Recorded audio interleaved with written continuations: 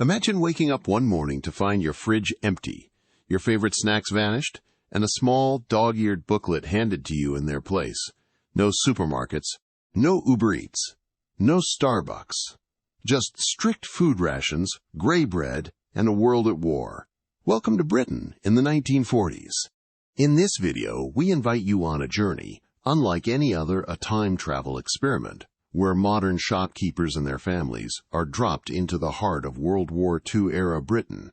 Their mission? To live, eat, and work exactly as people did over 80 years ago during one of the most challenging periods in human history. Gone are the comforts of 21st century living. In their place, gas rationing, blackout curtains, and enough powdered eggs to test anyone's sanity. But this is not just a costume party or a nostalgic reenactment.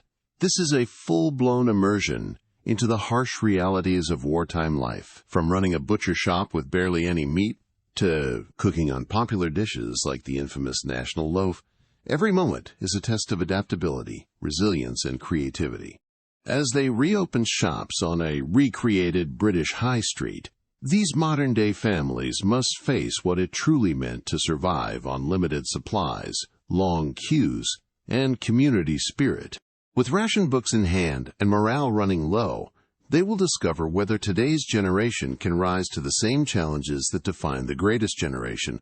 Can the modern family survive without digital distractions, convenience food, or even a proper cup of coffee? Will old-school values like resourcefulness and togetherness make a comeback, or will the black market tempt them into bending the rules? You are about to find out. If you enjoy stories that mix history, human resilience, and social experiments that reveal just how far we have come and what we may have lost, then you are in the right place. Make sure to hit that like button, subscribe to our channel, and tap the notification bell so you never miss a dive into the past that feels uncomfortably relevant today. Now, step through the time portal with us as we explore what it truly takes to survive on World War II food rations. The past is waiting. The first morning on the 1940s high street arrives with a chill in the air, not from the weather, but from the quiet realization that every comforting modern convenience is now gone. No coffee brewing in a pod machine, no toaster pastries waiting on the counter, no milk delivery, not even a choice of breakfast cereals. Instead, laid out in front of the participants are two small rectangles of paper, their weekly ration coupons, and a carefully measured portion of Staples flour, margarine, tea, powdered eggs, and an ominously gray loaf of bread. The National Loaf, it is called, a coarse wholemeal creation born out of necessity and widely loathed in its day, but for the modern participants, it is all that is available. The experiment had barely begun, and already the reality of rationing was setting in. Each family was given the same amount of food as an average wartime household. The rations were never generous. A person could expect just 1 egg per week, 2 ounces of butter, 4 ounces of bacon, and a smattering of dried milk. Fresh vegetables and occasional offal or fish were dependent on luck or local sourcing. Meat was scarce, sugar was tightly controlled, and sweets, well, sweets became the stuff of dreams. In a world where indulgence was a memory and waste was a crime, food became a currency of survival, creativity, and resilience. The kitchens of the modern shopkeepers quickly transformed into wartime laboratories. Recipes from dusty ration cookbooks were brought back to life. Carrot cookies without sugar, beetroot puddings without cream, and meat pies made with lentils and oats instead of beef. Mothers and fathers stared down their bowls of reconstituted dried egg, trying to remember the texture of real scrambled eggs. Children recoiled at the rubbery consistency and unfamiliar taste. Every dish was an experiment, not in flavor, but in endurance. The National Loaf became a recurring symbol of their struggle. Dense, heavy, and slightly sour, it was designed to maximize nutrition and minimize waste. Made from wholemeal flour with added calcium and vitamins, it looked nothing like the fluffy white bread modern families were used to. During the war, some cynically called it Hitler's secret weapon. So unpopular was it with the British public, and yet, for these 21st century shopkeepers, it became a daily staple and a daily test of willpower. In one household, A mother tried to soften the bread with margarine and jam. "It is not too bad," she said, forcing a smile, while her children stared at the plate with suspicion. Another tried to make toast, but the lack of crispness and the chewy texture made it a struggle to swallow. One man took a bite, paused, and declared it tasted like someone baked a brick with grass. But as days turned into weeks, something shifted. The loaf did not improve, but their expectations adjusted. Hunger has a way of making even the worst things tolerable, and they were not truly starving, but they were constantly aware of their limits. What surprised many was the psychological strain of food rationing. Knowing that no second servings would come, knowing that one mistake burning a slice of bread, dropping an egg, meant the loss of something precious, it bred an atmosphere of hypervigilance in the kitchen. Families began to plan their meals meticulously, writing out weekly menus, and calculating how to stretch a tin of sardines or make soup from bones and cabbage cores. There was no room for improvisation or cravings, just strategy and ration books. The introduction of the British restaurant system added another layer to their challenge. These government-subsidized canteens served simple, balanced meals designed to feed working-class families and industrial laborers. The food was cheap and nutritious, but lacked finesse or variety. The modern participants tried running one of these restaurants and quickly discovered how difficult it was to meet expectations with such limited ingredients. A stew made from mutton scraps and swede drew polite smiles at best, and downright complaints at worst, but even that was better than nothing. Hunger and taste fatigue were not the only problems. A few participants tried to stretch their rations by swapping or sneaking in modern snacks until they were caught. The experiment allowed no shortcuts. If they wanted more, they had to grow it or barter for it. Some planted vegetables in communal gardens. Others gathered eggs from a few wartime-appropriate chickens. The eggs, though small and infrequent, were greeted like treasure. There were moments of levity, too. One young participant attempted to bake a wartime cake using grated potatoes and golden syrup. It collapsed in the oven, earning groans and laughter from the household. Another tried recreating a meatless shepherd's pie using lentils and carrot mash, surprisingly well received after the third helping. Even the National Loaf, once a hated enemy, found new life as breadcrumbs, red, pudding, and thick-cut soldiers for dipping in tea. Resourcefulness was a skill rediscovered by necessity. What the participants learned was something many in the 1940s knew intimately. Food rationing was not just a policy. It was a culture, a daily practice of restraint, cooperation, and ingenuity. Families had to coordinate meals, share equally, and accept that food was no longer about preference but survival. And with that came a humbling realization. Today's abundance, variety, and waste would have been unimaginable luxuries during wartime Britain. By the end of the rationing phase, the complaints had quieted, not because the food got better, but because the people changed.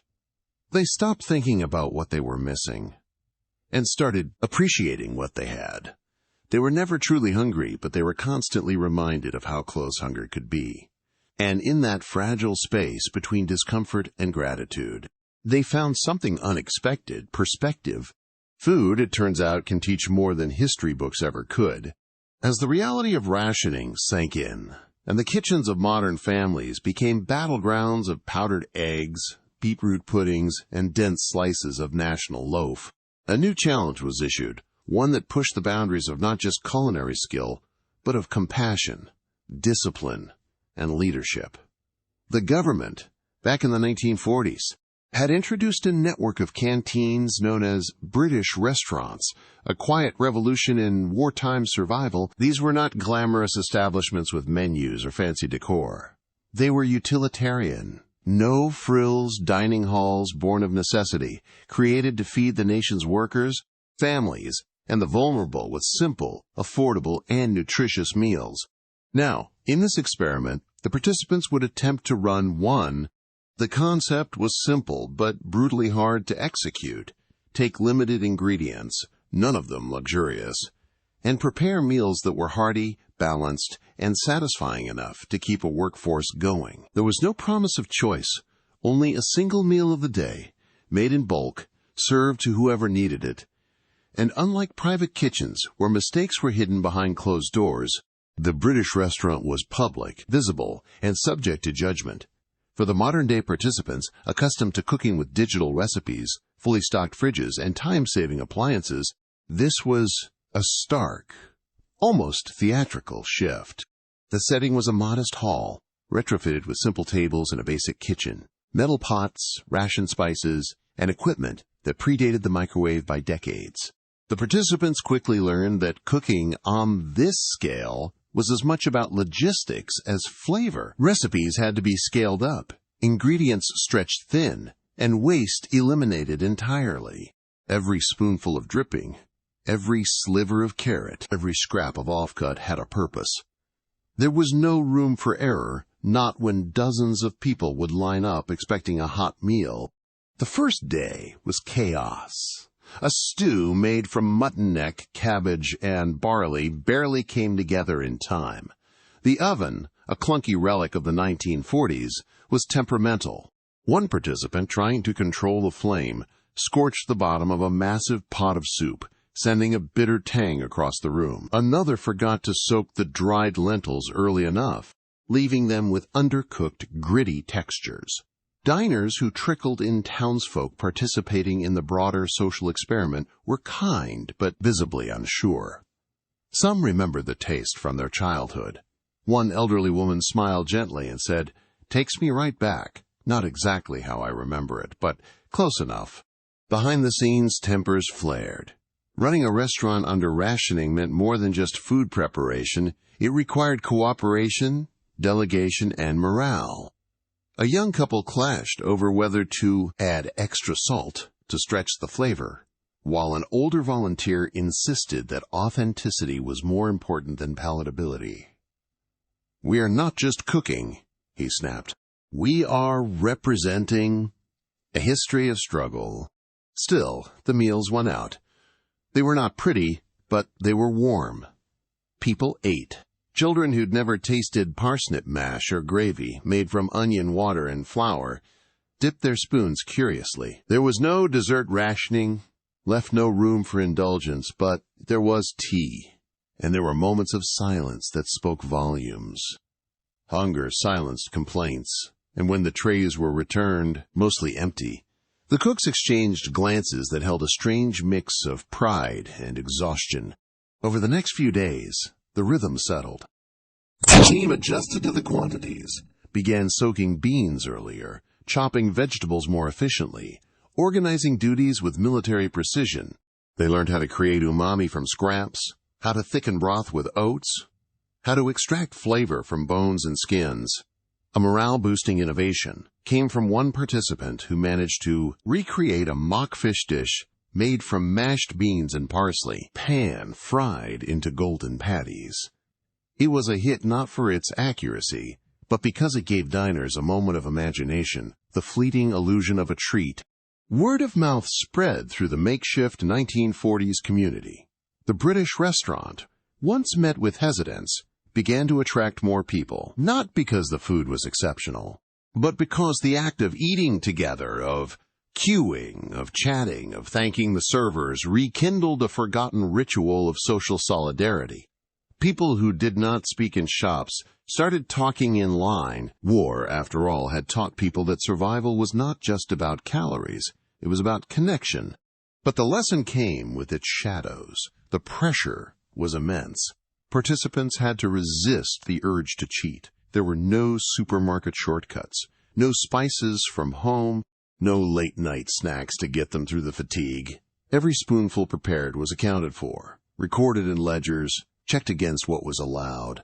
At one point, a participant was caught considering adding stock cubes from their personal stash. A debate broke out. Was this bending the rules or surviving creatively? In the 1940s, this kind of behavior could have drawn a fine or worse. Yet through the hardship came growth. One teenager, initially dismissive of the project, found herself volunteering for kitchen duty and learning to make pastry from dripping in water. Another, a businessman used to managing a team via email and spreadsheets, found a surprising rhythm in slicing root vegetables and coordinating serving times. The British restaurant became more than just a dining room. It was a crucible, where modern egos, old-world techniques, and the relentless weight of historical truth collided. It taught patience, empathy, and the uncomfortable fact that in wartime, the personal palate does not matter, only nourishment does. And when the final meal was served, and the last pot scrubbed clean, the participants stood in the empty kitchen, looking at the tables where strangers had once shared bread and stew. The lesson was unspoken but understood. Food was never just about eating. It was about care, about holding a line in the face of fear, about remembering that dignity can be served, even from the humblest bowl. In those worn chairs and chipped plates, they had tasted history not as it was written, but as it was lived. While rationing demanded discipline and solidarity, not everyone walked the moral line with equal resolve. As the British restaurant clattered with trays and the scent of turnip stew, and families learned to make bread from coarse national flour, an uneasy undercurrent began to swell just beneath the surface of Shepton Mallet's wartime high street. It was the same tension that had existed in 1940s. Britain won, not always captured in school books or patriotic posters. Behind the blackout curtains and community gardens, the black market flourished like a weed in the cracks of austerity. In the recreated 1940s world of the experiment, the temptation became palpable once the initial shock of rationing wore off. As families grew accustomed to dried milk, powdered eggs, and stews stretched thin with barley and carrots, a few began to remember what lay just beyond the rules. Somewhere, there was more. Somewhere, someone had butter, not margarine, real butter. Somewhere, bacon was not counted in ounces. Somewhere, chocolate could still be bought. But it came at a price, your integrity, and possibly your standing in the community. One shopkeeper, Carl, who had shown himself early on as a sharp businessman, began the era with a quiet confidence. He knew how to read people, how to spot an opportunity, and above all, how to keep a secret. When word of the coming wartime scenario had reached him, he quietly stashed away a few extra tins and non-rationed goods, items he knew would soon become rare. Evaporated milk, treacle, sardines. Small luxuries, yes, but in a world reduced to gruel and gritty loaf, these were gold. His plan was simple. Do not flaunt it. Do not sell it openly. Just hold on to it and wait until people started asking for something special. And they did. At first, it was whispered over the counter. Anything under the table today? Or, got anything not on the list? At a time when powdered milk was the only option, just the hint of real dairy could make eyes light up. Carl played it coy, but the pride showed. He was the man who could deliver what others could not. He was not just a grocer. He was a provider of comfort, of small joys, of forbidden flavors, and in wartime Britain, such things were invaluable. But he was not the only one. Others, inspired or emboldened, began to hoard bits of bacon, trade with each other off the record, or sell excess eggs from their chickens for more than ration value. The black market was not run by shadowy figures in alleyways. It was built from the small choices of ordinary people under pressure. It was the grocer who shaved a little off the top of his sugar jar, the baker who tucked away extra white flour, the housewife who swapped her knitting labor for a bar of chocolate. And yet, the line between survival and exploitation blurred quickly. One participant, a young mother, justified her barter with a friend. It is just 2 eggs for a bit of jam. She needed the protein. I had the chickens. What is wrong with that? But when she was called out by another family who had to line up for hours with nothing to show, the tension became visible. Why do you get eggs and we do not? The neighbor snapped. Because I asked first, was the answer, but it did not feel sufficient. The fairness that rationing was designed to enforce began to erode under quiet deals and whispered favors. Eventually, the experiment's organizers intervened. A meeting was called, not unlike the community lectures during the real war years when the Ministry of Food sent inspectors into towns. Everyone knew what it was about. The mood was uneasy. The historian overseeing the project did not lecture them harshly. She simply reminded them what was at stake.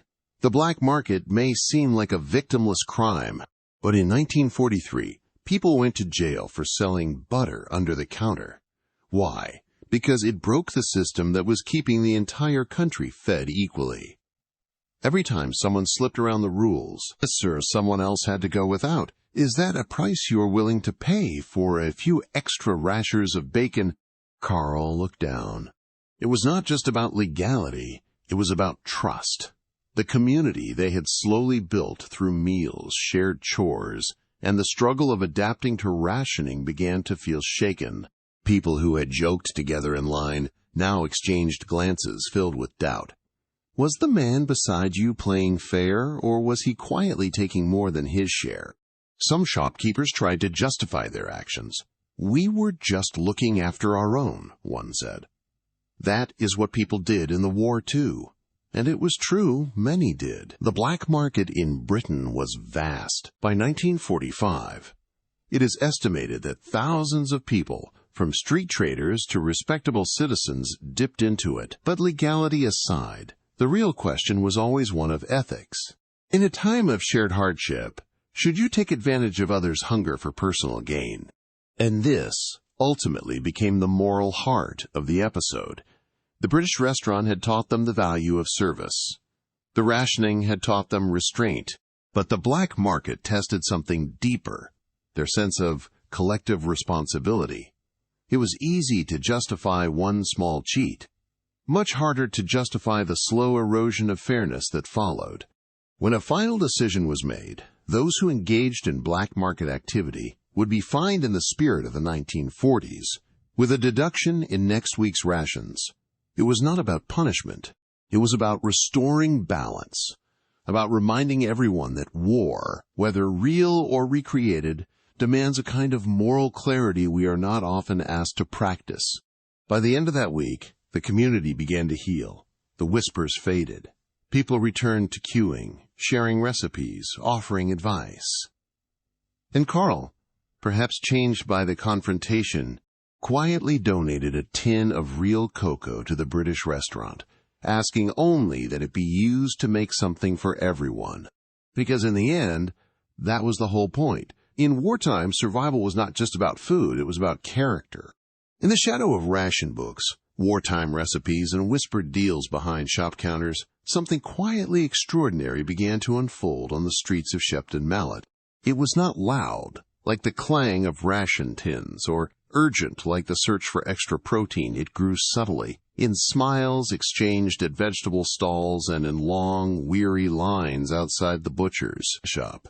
As participants adjusted to the harsh rhythms of 1940s Britain, they also began to rediscover a part of themselves that modern life had buried under convenience, anonymity, and digital haste, their sense of community. At first, queuing was a nuisance. Long lines formed for staples like potatoes, dried milk, or a rare delivery of meat. People shifted from foot to foot in the cold, glanced at their watches, and muttered under their breath. But over time, the line itself began to change. It was not just a space for waiting. It became a space for talking. For the first time in perhaps years, neighbors who had barely shared more than a nod began exchanging real words. At first, it was simple. How's the bread coming along? Or any idea when the next batch of carrots is in? But gradually, those functional sentences bloomed into real conversations. My little one won't touch the National Loaf unless I toast it. My mum used to make a kind of pudding from breadcrumbs, and jam kept us all going. These were not just culinary tips. They were fragments of lives, stitched together by necessity.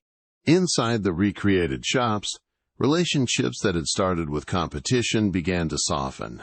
The grocer who once hoarded quietly began slipping an extra parsnip to an elderly customer who'd had no luck that week. The young dressmaker, overwhelmed by the pressure of remaking garments from scraps, began asking for help from her neighbor rather than struggling alone.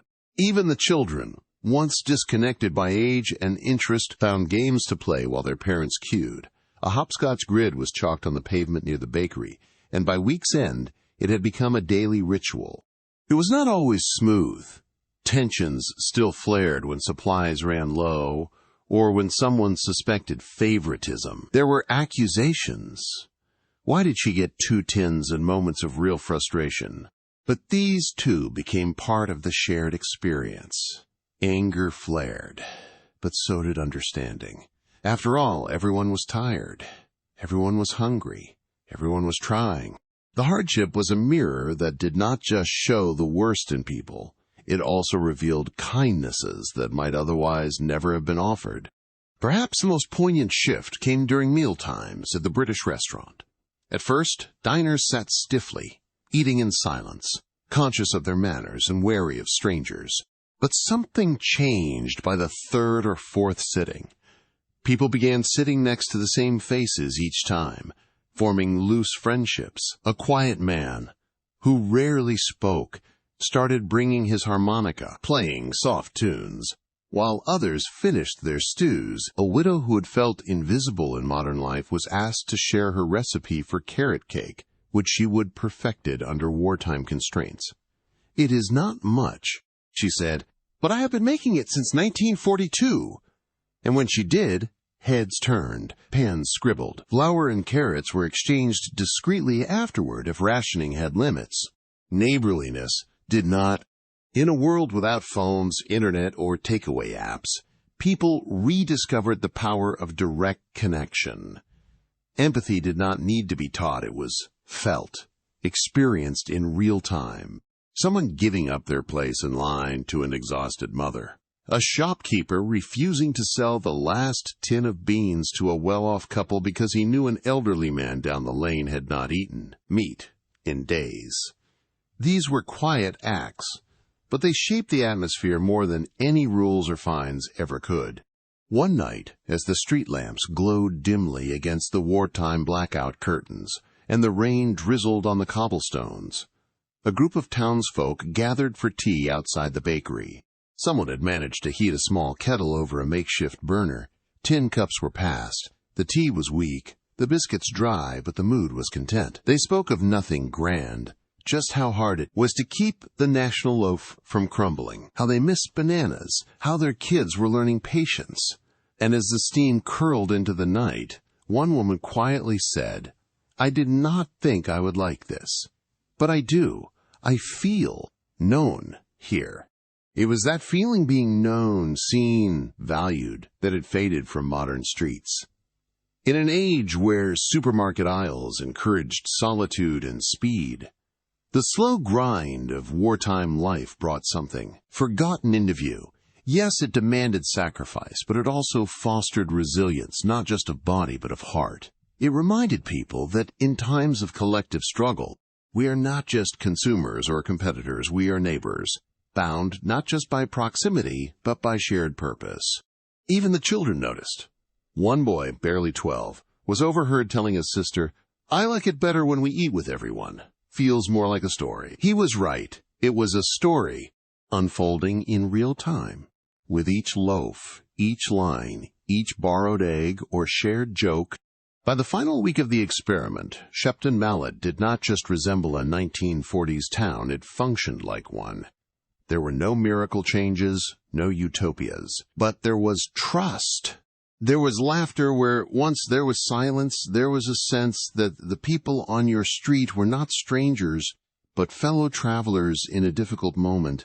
They might disagree, falter, even cheat, but they were also there to lend a hand, offer a smile, or share the last cup of tea.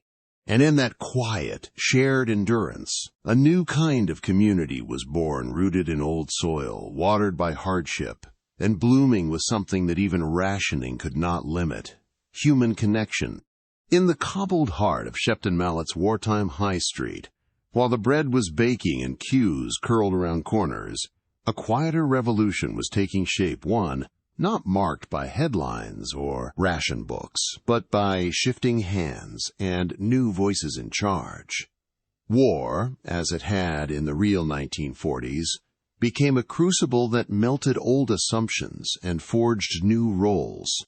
Teenagers and women, often peripheral in business and leadership in the pre-war decades, stepped into the spotlight, not out of desire for power, but from necessity. And through that necessity, something changed, not just in how the shops were run, but in how the community saw itself.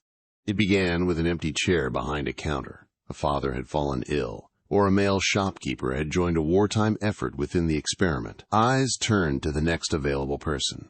And in more than one case, that person was a teenage boy or a young woman. They did not come with years of experience or confidence honed by repetition. They came with hesitation, raw nerves, and in some cases a burning will not to fail. And that was enough. Take Michael, just 14, who found himself running a meat counter, once managed by an older relative. The first few days were rough. He confused flank with breast, struggled to price cuts accurately, and did not know how to read the sharp glances of customers short on patience. But he did not give up. He stood straighter by the end of each day, asked more questions, and by the end of the week he could not only tell the difference between a rump and a shin, but charm customers into buying either. His journey was not just about learning cuts of meat. It was about learning to lead, to serve, and to believe that youth was not a disqualification from responsibility. On the other side of town, women were taking over spaces they had been kept out of for generations. The dressmaker, previously sewing quietly in the background, was now being asked to manage, organize, and market. Another woman found herself running an entire shop, negotiating prices, facing ration dilemmas, managing shortages, and dealing with customers who did not always take her seriously at first. But they learned, they adapted, and the town began to see them not just as helpers, but as businesswomen in their own right. This mirrored the historical truth of wartime Britain, where, with so many men away at the front, women stepped into roles as factory workers, transport drivers, munitions experts, and yes, shopkeepers. They were not just placeholders, they became the backbone of the home front. And as the experiment wore on, so too did the sense that these modern women, living in a 1940s setting, were channeling something deeper than reenactment. They were rediscovering strength often hidden beneath the surface of modern convenience. Teenagers, too, blossomed under pressure. In a world with no Wi-Fi, no social media, and no instant gratification, they found purpose in tasks that had once seemed old-fashioned. One girl took over deliveries, riding her bike with bread baskets strapped to the back. A boy took pride in managing inventory, knowing exactly how many tins of sardines were left and who might want them most. Their work was not glamorous, but it was real, and with that reality came a sense of maturity that was hard to fake. At first, older generations grumbled. There were rolled eyes when a teenager miscounted change or when a young woman insisted on running a sale differently. But over time, attitudes softened. Respect, slowly earned, replaced skepticism. As one older shopkeeper remarked with a half-smile, "She has got more sense than I did at her age." That recognition mattered more than any official title. But it was not all smooth. The gender and generational shifts created tension too. A teenage boy, eager to assert authority, clashed with his mother over inventory decisions. A young woman felt pressure to succeed not just for herself, but to prove that women could run a shop as well as any man. Some customers resisted the changes, preferring how things used to be. But these tensions were part of the transformation. Change never comes without friction. And war, real or reenacted, makes no space for comfort zones. In one memorable exchange, a middle-aged customer gently corrected a young girl at the till, showing her how to wrap cheese in wax paper the traditional way. Instead of condescension, there was warmth. It was teaching across generations, not competition between them, a quiet handoff of knowledge. And as the young girl looked up with gratitude, something passed between them, acknowledgement, connection, legacy. By the final weeks, the high street felt different. It was not just about who ran what it was, about who was seen. The invisible had become visible. The voices once softened in deference now rang with confidence. Girls gave change without hesitation. Boys lifted sacks without waiting to be asked. Women spoke with authority, and the town listened. Looking back, this subtle social reshaping might have been one of the most profound lessons of the entire wartime experiment. It was not just about learning to make do or understanding rationing. It was about seeing that responsibility does not belong to one generation or gender. That in times of challenge, those who step forward regardless of age or societal expectation are the ones who carry the day. And perhaps the most powerful thing was that once those roles had been stepped into, there was no stepping back. The young people who had tasted responsibility wanted more. The women who had led shops with steady hands were not eager to retreat into the shadows. Even if the experiment was temporary, the confidence it inspired was not. In the world outside the high street, modern life would resume. Wi-Fi would return.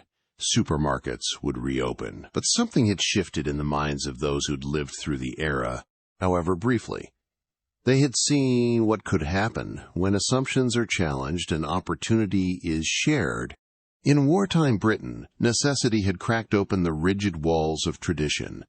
And in Shepton Mallet, decades later, that same truth had come alive once more. The once bustling high street of Shepton Mallet had survived the austerity of rationing, the moral weight of black market temptations, and the powerful bonds forged through shared sacrifice.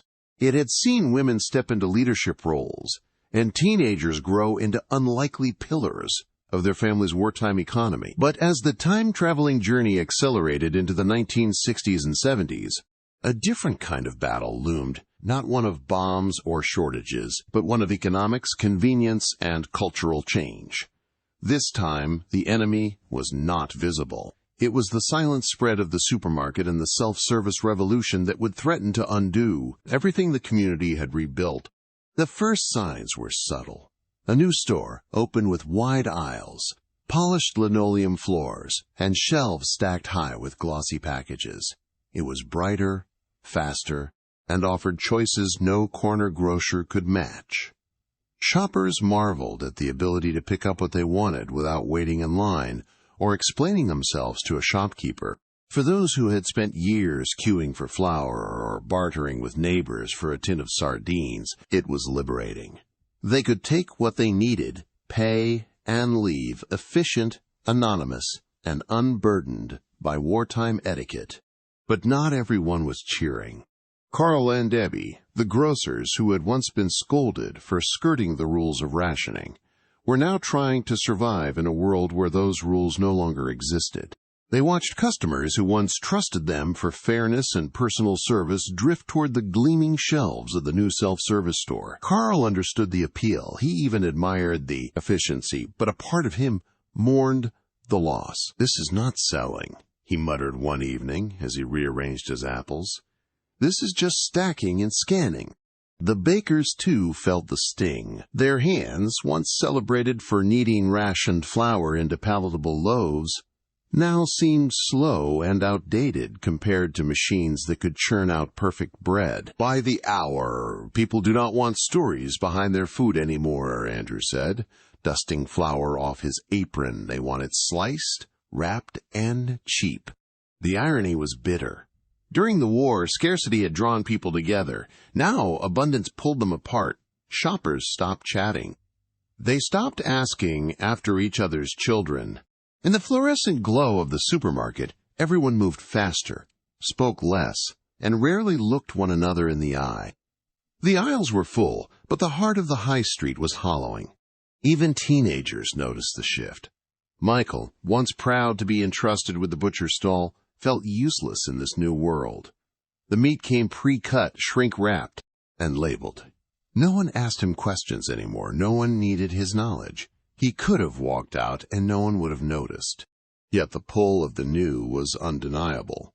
Families stretched thin by the cost of living found salvation in lower prices and one-stop shopping. Parents who once took pride in supporting local shopkeepers now quietly admitted that convenience often outweighed loyalty. "I want to buy local," one mother confessed, "but I also want to get home before dark, and I can't do that if I have to go to 5 shops.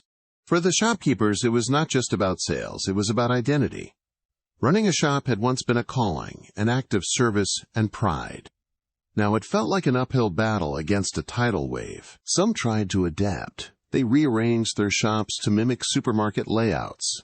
They offered discounts, redesigned signage, and even held small events to lure customers back. But deep down they knew the tide was turning. The Chamber of Commerce offered no comforting answers. Juliet Gardner, the social historian observing the experiment, noted how the cultural shift of the 60s and 70s reflected broader changes in post-war Britain, the rise of consumerism, the decline of manufacturing, and the erosion of tight-knit communities in favor of speed, scale, and standardization. "We are entering the age," she said gently, "when efficiency begins to matter more than humanity." Still, not everyone surrendered. Jill, the dressmaker turned hairstylist, saw in the cultural upheaval an opportunity. If the future was about expression, she would make her shop a place of artistry and rebellion. Inspired by the punk movement, she began cutting edgy styles, turning her tiny salon into a statement against the blandness of mass retail. "This is how we survive," she told Naomi. "We do not compete on price, we compete on soul." Her vision worked, at least for a while. Young customers drawn to individuality and protest against conformity flocked to her shop. There, in that narrow space between tradition and innovation, she carved out a niche where she was not just surviving, she was thriving. But for many others, the writing was on the wall. As the decade turned, as records gave way to cassettes and home-cooked meals to microwavable trays, the high street shrank in importance.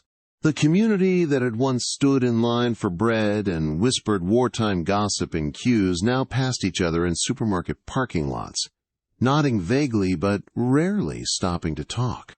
And yet, even as the economic model shifted, even as shelves got higher and service got colder, something lingered in the old shops. The smell of fresh bread, the creak of a wooden door, the sight of a familiar face behind the counter. It could not be replicated by convenience. By the end of the 1970s, Shepton Mallett's time travelers had learned that survival was not just about adapting to the future. It was about choosing which parts of the past were worth saving. And while not every corner shop would make it, those that held on to authenticity, storytelling, and real human connection stood a fighting chance, even if they now shared the street with a self-checkout machine. Because, in the end, people do not remember the price on the receipt. They remember who handed it to them and whether they felt seen when they paid. There was a quiet moment near the end of their journey, after the grocers had closed up shop for the last time, after the bakers had dusted flour from their aprons, and after the noise of the 1970s supermarket rush had faded into routine. The families of Shepton Mallet, having journeyed through decades in just a few weeks, found themselves pausing to reflect. What had started as a historical experiment had become something far deeper. Beneath the scratchy wool uniforms, unfamiliar recipes, and ration cards was a revelation. The emotional world of wartime Britain was not defined only by hardship, but also by a richness of connection and appreciation that felt foreign and deeply needed in modern life. It had not been easy. There were days when hunger gnawed at their patience, when the queues tested every nerve, and when the shortages felt like personal attacks. Tempers flared. Tears were shed. Frustration bubbled to the surface as they struggled with food that lacked flavor and homes that lacked comfort. The National Loaf was gritty, the meals repetitive, and luxuries non-existent. But something else emerged in those moments of lack, something they had never expected to miss: simplicity. In the absence of abundance, gratitude took root. One of the participants, a woman who had initially scoffed at brown bread and cabbage stew, found herself strangely moved by the taste of a simple, boiled pudding. "It reminded me of being a child," she said, her eyes wet with memory. "Not because we were poor, but because we were together." The taste triggered more than flavor. It unearthed a memory of sitting around a table where nothing was wasted and everything was shared. The children, too, surprise themselves. In a world without screens, without instant entertainment, they discovered joy in small things, making their own toys, tending to chickens, earning praise for peeling vegetables without complaint. At first, they missed their modern comforts. But slowly, day by day, the noise of modern life was replaced by something quieter but stronger. Presence. Evening dinners became rituals, not rushed events. People looked each other in the eye. They spoke about the day, laughed over kitchen disasters, and sat long after the meal was done. Gratitude began to replace impatience.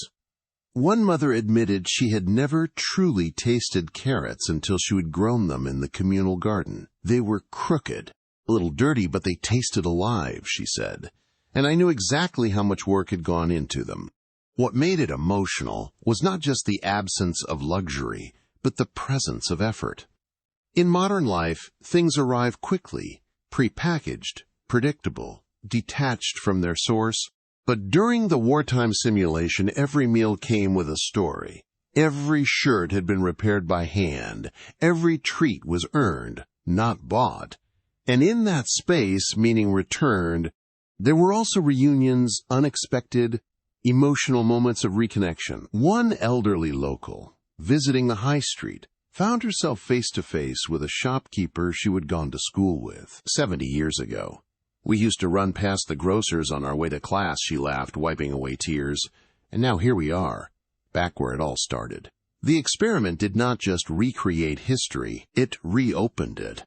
For the older participants, the experience unearthed memories buried beneath decades of convenience. Some had grown up hearing stories of the war, but living within its frame, even for a short while, made those stories vivid. One man spoke of his grandfather, a grocer during the Blitz, who had refused to raise prices even when supply ran low. "I never understood why that mattered until now," he said. "Now I get it. It was about dignity, about not turning your neighbor's hunger into profit. Even conflict brought lessons. Arguments over rations, over black market trades, or how to run a business often ended in hugs or nods of mutual understanding. People were not perfect, but they were trying, and in trying together, they found a kind of unity that was hard to replicate in real life, where digital distractions and individual schedules often kept everyone running on parallel tracks. As the final day of the experiment approached, the families began packing away their ration books and uniforms. But the heaviness in their hearts was not just fatigue, it was grief. Not grief for a lost era, but for a way of life they had not known they needed. "I do not want to live with rationing forever," one teen admitted. "But I do want to live with more purpose, with more connection." They had entered the experiment expecting to learn history. Instead, they relearned humanity.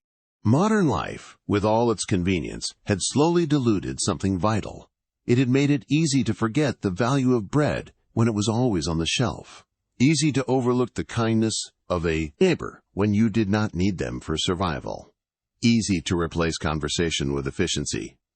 But wartime life, stripped of excess, made room for emotion, for vulnerability, for shared work, for joy found not in having more, but in needing less. And so, as they returned to the 21st century, to smartphones, self-service checkouts, and streaming entertainment, they carried something back with them, a sharper awareness of what matters, a slower way of seeing the world, a deeper appreciation for those who came before, and for the simple, quiet bonds that had held them all together in the hardest of times. The war had ended. The streets were quiet again. But the echoes of that experience would remain woven into the fabric of their families, into the dinners they would now linger over, and into the way they saw a loaf of bread, no longer just food, but a symbol of endurance, gratitude, and the fragile beauty of doing without. There was a moment quiet, almost unnoticed, when the clatter of sewing machines faded. The scent of fresh bread no longer drifted through the high street, and the sound of shopkeepers greeting customers by name became a rarity. For the families living through the recreated decades of Britain's 20th century, this loss was not immediate. It crept in slowly, as each new era brought with it new conveniences, new efficiencies, and a steady erosion of the very heart that had once defined community life, the traditional trades. At the beginning of their journey, the high street felt alive with craft and character. The butcher knew how to prepare every cut by hand. The baker rose at dawn to knead dough the way his grandfather had taught him. The dressmaker could turn an old overcoat into something new and stylish, not with a machine or a barcode, but with vision, scissors, and a needle passed down through generations. These trades were more than jobs, they were identities, and for many, they were sacred. But as time pushed forward, something began to shift. It was not sudden, and it was not always unwelcome. The rise of supermarkets, the emergence of chain stores, and the spread of mass production brought lower prices and undeniable convenience. Shoppers did not need to wait for the baker to finish a batch or rely on the butcher to carve a special cut. They could simply walk into a brightly lit shop, grab what they needed from a shelf, and leave. Transactions became faster, interactions became fewer. For the craftspeople, it felt like a slow fade into invisibility. Jill, the dressmaker, had once been the lifeblood of her corner of the street. Women came to her not just for clothes, but for advice, for laughter, for the comfort of a familiar face. Her hands could revive garments, rescue memories.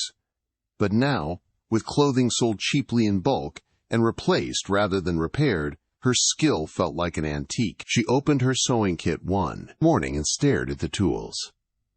"When did these stop mattering?" she asked aloud, though she already knew the answer. Andrew and Michael, the bakers who had once toiled through rationed flour and skeptical customers to deliver honest, hearty bread, now stood in the shadow of Supermarket Loaf's uniform, plastic-wrapped, impersonal. Their pride, once buoyed by the smell of yeast and the praise of loyal patrons, began to waver. "It is not just about the bread," Michael said. "It is about the relationship. And we are losing it." These were not isolated stories. Across the recreated high street, the same pattern played out. With every new decade came a new convenience that chipped away at what had made these businesses unique. Customers who had once lingered to talk now hurried through aisles. Children who had once learned their parents' trades now dreamed of office jobs.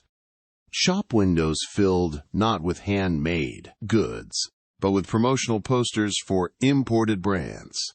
The decline of these trades was more than economic. It was cultural. The younger participants, at first enamored with the speed and selection of supermarkets, began to feel a subtle hollowness. There was no one to ask for advice. No sense of history in the plastic-wrapped packages. The shelves were full, but the soul was gone. Naomi, who had apprenticed under Jill in earlier eras, felt the loss deeply. "It is like we have traded meaning for convenience," she said. "We can buy more, but we feel less." Even customers noticed the shift. One elderly visitor to the high street, watching as a self-service store replaced the old grocer, remarked softly, "We used to come here for the people, not just the food. Now I barely look anyone in the eye." Her words lingered. There were attempts to adapt. Jill reinvented herself with edgy hairstyles and a punk aesthetic, transforming her salon into a space for expression and rebellion against conformity. The dressmaker had become a symbol of resistance. But she was the exception. Most could not keep up with the pace of change. Their tools, honed over decades, were no match for the gleam of automation. Greg, the social observer throughout the experiment, noted this trend with quiet sadness. "This is not just the end of individual businesses," he said. "It is the end of a way of life. We are not just losing trades, we are losing stories, memories, the human fingerprint on everything we use." And yet, there was beauty in that loss too, not in the disappearance itself, but in the awareness it created. The participants, many of whom had never given thought to how their clothes were made or their bread baked, now held a new reverence for the craft. They watched the last handmade loaves leave the oven, knowing they might never see that again in their lifetime. They felt the weight of a handmade coat and understood, for the first time, the skill behind every stitch. As the 1970s drew to a close, the high street stood transformed. Chain stores ruled, handmade goods were niche or novelty, and the local artisan was now a relic. But amidst the uniformity, the memory of what was lost became a quiet rebellion. Some vowed to seek out tailors instead of fast fashion. Others pledged to buy from local bakers, even if the bread cost more. Because now they knew these trades were not just about products, they were about people. And in that knowledge, there was hope. The high street may never return to what it was, but the spirit of those who worked with their hands, who took pride in every detail, still lived on in the stories told, in the appreciation revived, and in the quiet realization that what we gain in convenience we often lose in connection. And perhaps, just perhaps, there is still time to hold on to the human side of commerce before it fades entirely into history. As the final shop shutters closed and the 21st century participants prepared to return to their modern lives, a quiet stillness lingered over the high street of Shepton Mallet. What began as a historical experiment had become something much deeper, a mirror held up to the present, reflecting not just how far we have come, but what we may have left behind. The contrast was undeniable. On one hand, we live in a world of unprecedented convenience, choice, and speed. Groceries are delivered with a few taps. Clothes arrive at the doorstep in a matter of hours. Our homes are warmer, our diets more varied, and our work often less physically demanding. But as the participants emerge from decades of recreated history, from the 1940s wartime struggle to the consumer-driven 1970s, many of them carried with them a strange sense of loss. They missed the meaning behind the smallest actions, making do with what little was available, relying on neighbors during shortages, and cherishing a hot meal as something more than just fuel. They missed the community that had blossomed out of shared adversity. The smiles exchanged in queues, the conversations sparked over rationed ingredients, and the trust built over bartered favors. They missed the way every task, no matter how small, carried weight, value, and often a deep sense of pride.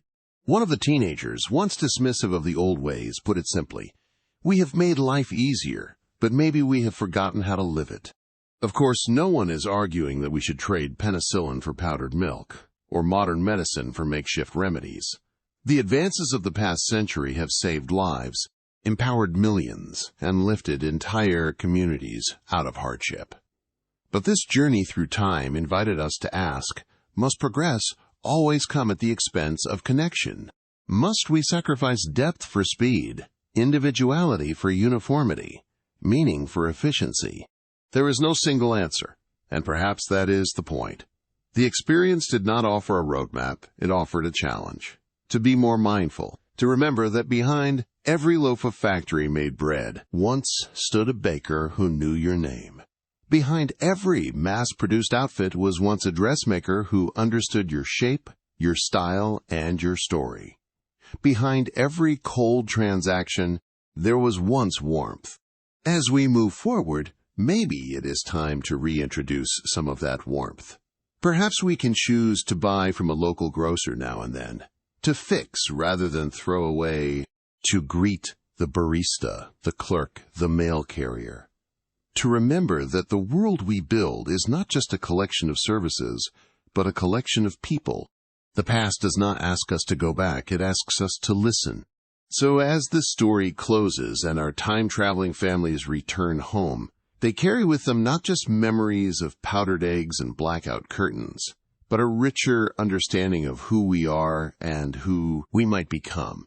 If we can take the resilience, community, and simplicity of those earlier times and blend it with the freedom, innovation, and connectivity of our own, we may just build a future that honors both. Before we go, we want to thank you deeply for watching this journey unfold. If this story moved you, made you think, or reminded you of something worth remembering, please give it a thumbs up. Don't forget to subscribe to our channel for more powerful explorations of history, humanity, and the stories that shape us all. And if you have made it this far, we appreciate you more than you know. May tonight be a time of reflection, of gratitude, and of quiet peace. From all of us here, good night, and sleep well.